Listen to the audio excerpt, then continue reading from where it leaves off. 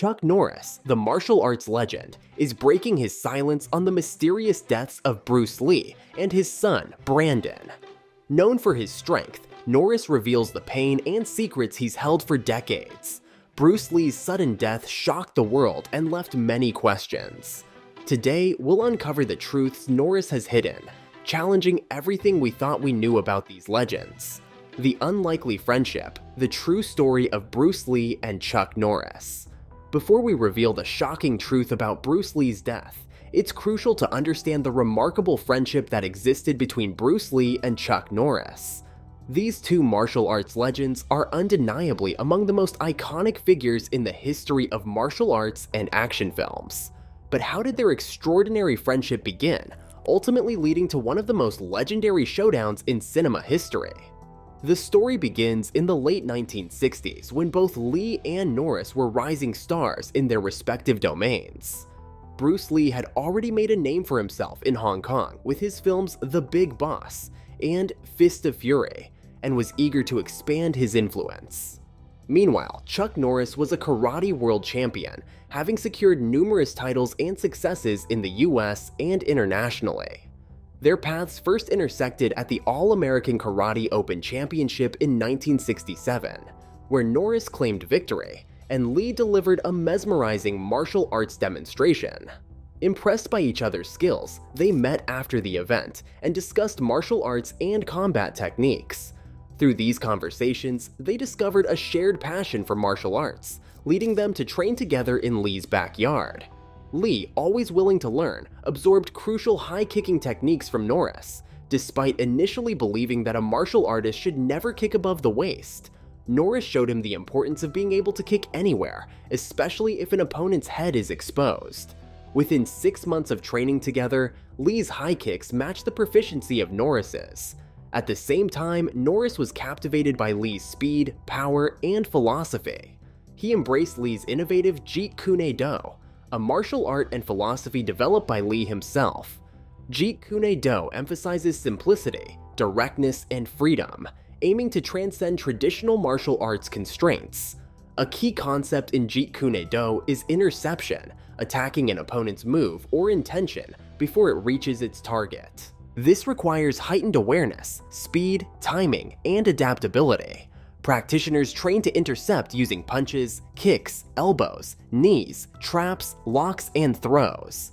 Beyond being a martial art, Jeet Kune Do advocates open-mindedness, flexibility, creativity, self-knowledge, and self-improvement. Norris admired Lee's dedication and passion, which deepened their friendship. Their camaraderie culminated in a collaboration in 1972 when Lee invited Norris to star in his third film, Way of the Dragon, which Lee also wrote and directed. This Hong Kong martial arts action comedy was a monumental success at the box office, showcasing the immense talent and charisma of both Lee and Norris. Way of the Dragon tells the story of Tang Lung, a young martial artist from Hong Kong who travels to Rome to help his friends protect their restaurant from a menacing crime boss. The film's climax features a legendary showdown between Tang Lung and the crime boss's hired assassin, Colt, portrayed by Norris, in the Colosseum. Not only was Way of the Dragon a commercial triumph, but it also solidified its place as one of the greatest martial arts films of all time, exemplifying Bruce Lee's philosophy of adaptability, creativity, and self-expression, while featuring some of the most iconic fight scenes in cinematic history. The unlikely friendship between Bruce Lee and Chuck Norris not only left an indelible mark on the world of martial arts and cinema, but also serves as a testament to the power of mutual respect, shared passion, and unwavering dedication. The mysterious and untimely death of Bruce Lee. Bruce Lee, often regarded as the most influential martial artist of all time and a pop culture icon of the 20th century, played a crucial role in bridging the gap between East and West. Behind his legendary status lies a profound impact on the portrayal of Asians in American films. Lee shattered the prevailing stereotypes of Asian men as emasculated, childlike, or relegated to domestic roles, instead presenting them as tough, strong, and undeniably charismatic. University of Michigan lecturer Seung Chung notes that his popularity even gave rise to a new stereotype: the martial artist. However, the world was left reeling when Bruce Lee's life was cut short at the age of 32, leaving a trail of unanswered questions. It was May 10, 1973, during a session for Enter the Dragon at a Hong Kong studio, when Lee suddenly collapsed and was rushed to the hospital. After receiving treatment, he seemed to bounce back. Yet just over 2 months later, on July 20th, 1973, Lee was in Hong Kong discussing a film project with actor George Lazenby and producer Raymond Chow. Following a productive meeting with Chow, Lee went to his colleague Betty Ting Pei's home to review a script. Tragically, Lee never made it to the dinner he had planned with Lazenby. When Chow went to check on him, Lee was unresponsive. Despite all efforts to revive him, Bruce Lee was pronounced dead upon arrival at Queen Elizabeth Hospital. The untimely death of Bruce Lee not only marked the loss of a martial arts legend, but also left a gaping void in the world of entertainment and a cloud of mystery surrounding the real cause of his demise. Norris Mourns Bruce Lee. Chuck Norris was deeply impacted by Bruce Lee's untimely death, a loss he openly mourned through various interviews and writings. Norris spoke of Lee with reverence, recognizing him as a transformative figure who revolutionized martial arts in cinema. Reflecting on Lee's premature passing, Norris expressed regret at not witnessing Lee's continued evolution and achievements. Maintaining a close bond with Lee's family, especially his son Brandon Lee, Norris played a significant role in Brandon's life. Despite Brandon's young age when Bruce Lee died, he inherited his father's passion for martial arts and acting. Brandon pursued a career in Hollywood, starring in notable films like Showdown in Little Tokyo, Rapid Fire, and The Crow. Throughout Brandon's journey, Chuck Norris served as a guiding mentor and supportive friend, both professionally and personally. Tragically, Brandon Lee's promising career was cut short by a fatal accident on the set of The Crow at the age of 28. Norris was deeply affected by this loss, viewing Brandon like a son and taking pride in his achievements. He attended Brandon's funeral to pay his respects, mourning the double loss of Bruce and Brandon Lee. The mysterious circumstances surrounding both Bruce and Brandon Lee's deaths continue to intrigue and fuel speculation, leaving many questions unanswered about their tragic passings. Chuck Norris's theory. Chuck Norris recently revealed poignant insights into the tragic passing of his dear friend, Bruce Lee, during a martial arts demonstration at San Diego Comic-Con. Norris, intimately acquainted with Lee's health challenges and lifestyle, illuminated the circumstances surrounding Lee's untimely death. According to Norris, Lee suffered a back injury in 1968 while performing weightlifting exercises, resulting in a ruptured disc in his spine. This injury caused persistent pain and restricted mobility, leading to surgery and medication for recovery. Despite medical advice to rest and heal properly, Lee's determination and impatience drove him to continue rigorous training and physical exertion. Norris emphasized Lee's relentless pursuit of perfection in every aspect of his life, including his physical conditioning. Lee's fast metabolism necessitated a high-protein diet and supplements like ginseng and royal jelly for energy and performance enhancement. Additionally, Lee maintained high fluid intake, sometimes consuming up to 10 liters of water daily for detoxification. While in Hong Kong preparing for his next film, Game of Death, Lee experienced a severe headache and sought relief from actress Betty Ting Pei, with whom he was close. Unbeknownst to Lee, the painkiller he took contained aspirin, to which he was allergic. The combination of medications, supplements, and hydration allegedly triggered a reaction in Lee's body, leading to cerebral edema, swelling of the brain. Cerebral edema is a serious condition characterized by fluid accumulation in the brain, increasing pressure inside the skull. This can cause damage to brain cells, reduce blood flow, and oxygen deprivation, posing life-threatening risks. Norris's account offers a deeply personal perspective on Lee's death, yet it has faced skepticism. The circumstances surrounding Bruce Lee's premature passing have long been a topic of debate and scrutiny.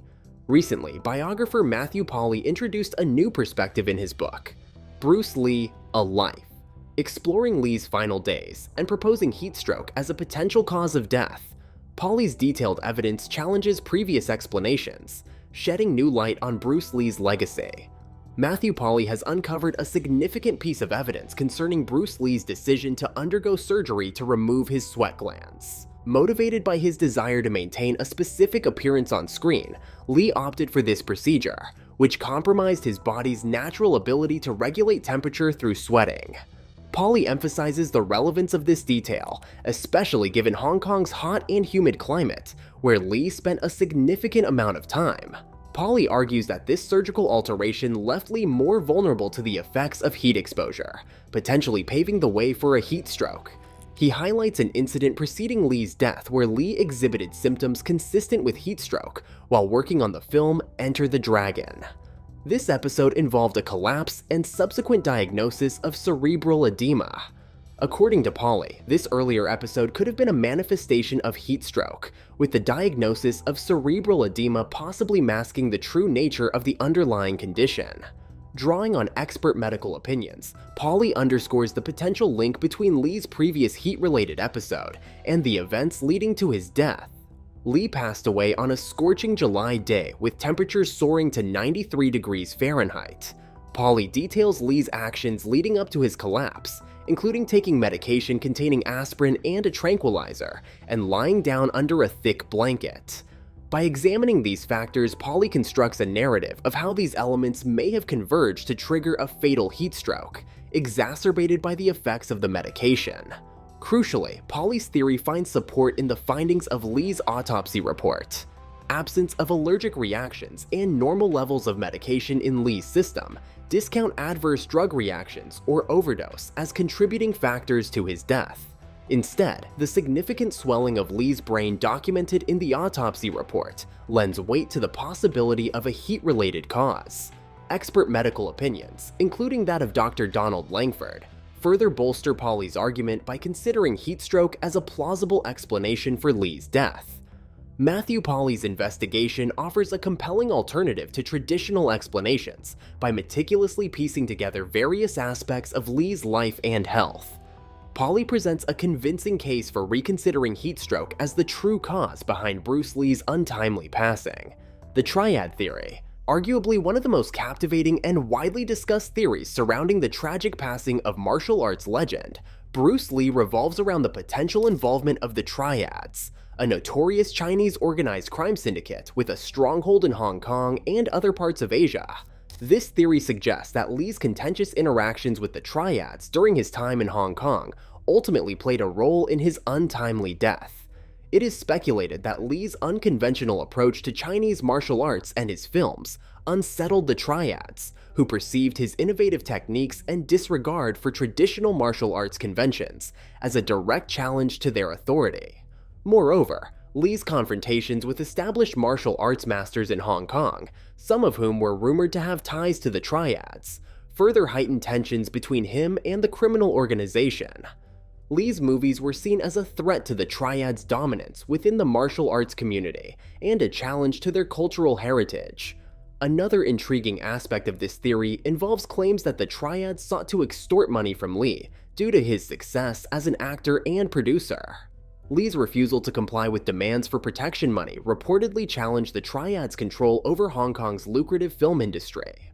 Furthermore, Lee's plans to expand his career into Hollywood and international markets threatened to reduce the Triads' influence over him, potentially positioning him as a defiant adversary.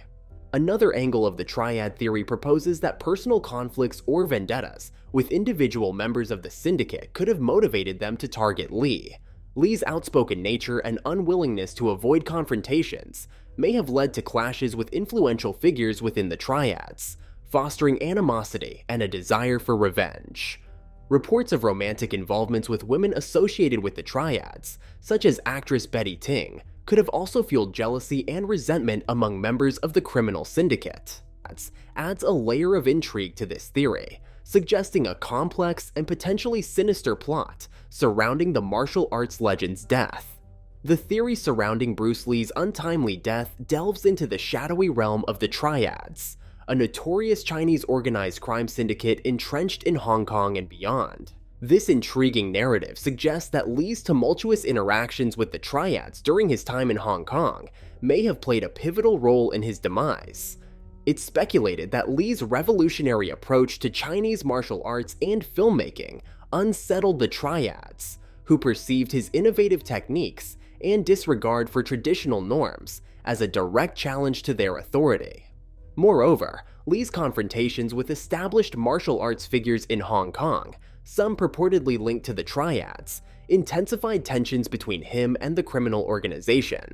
Lee's films were viewed as a threat to the Triads' dominance in the martial arts sphere and a challenge to their cultural heritage.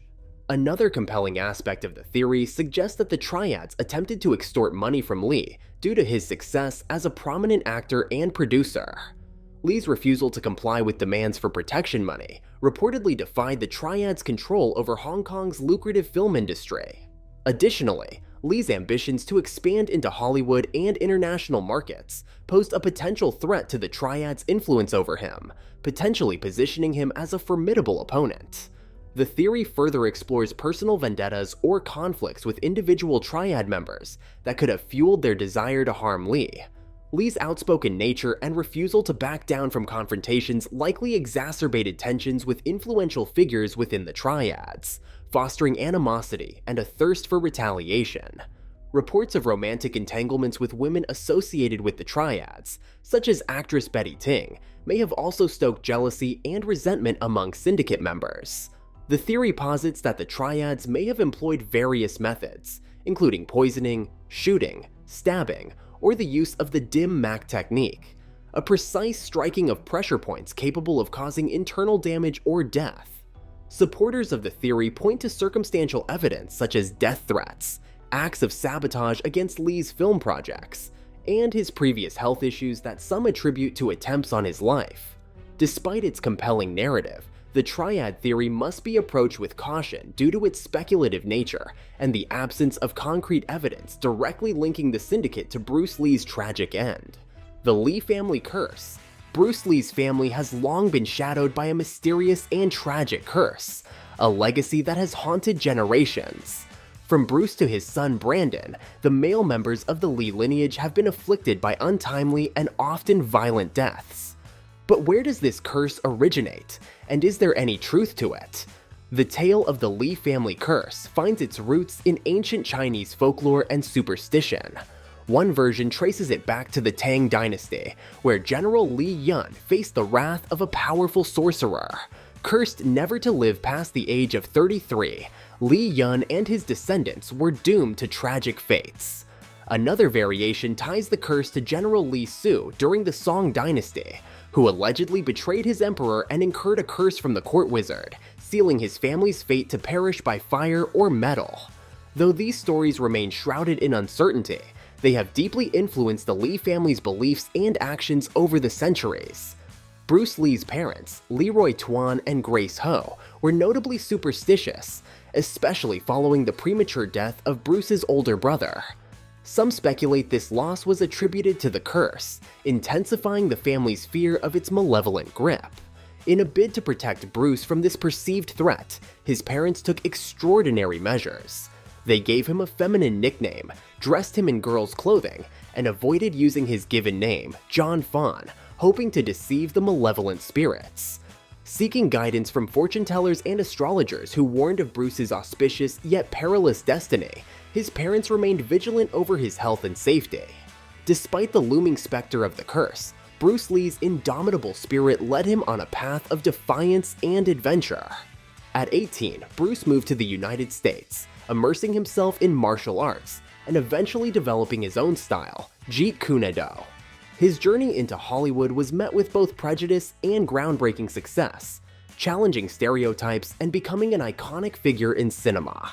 Tragically, proponents of the Lee family curse theory argue that Bruce's death was not mere happenstance, but a manifestation of the curse itself.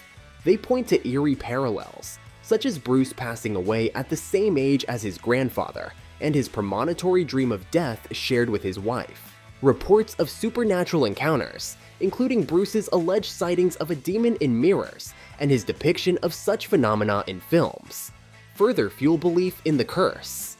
The theory gained renewed traction with the untimely death of Brandon Lee, Bruce's son, during the filming of The Crow, eerily echoing his father's fate on a movie set. Brandon's death shortly before the release of a Bruce Lee biopic added a tragic layer to the family's saga, prompting ongoing debates about destiny, superstition, and the power of belief. Whether the Lee family is truly cursed or these are poignant coincidences, their enduring story continues to fascinate, prompting contemplation on fate and the unseen forces that shape our lives. Discovering Chuck Norris's insights into Bruce Lee has been a journey into the legends of martial arts. Their impact on popular culture and martial arts continues to inspire. Thank you for joining us on this exploration of their extraordinary lives.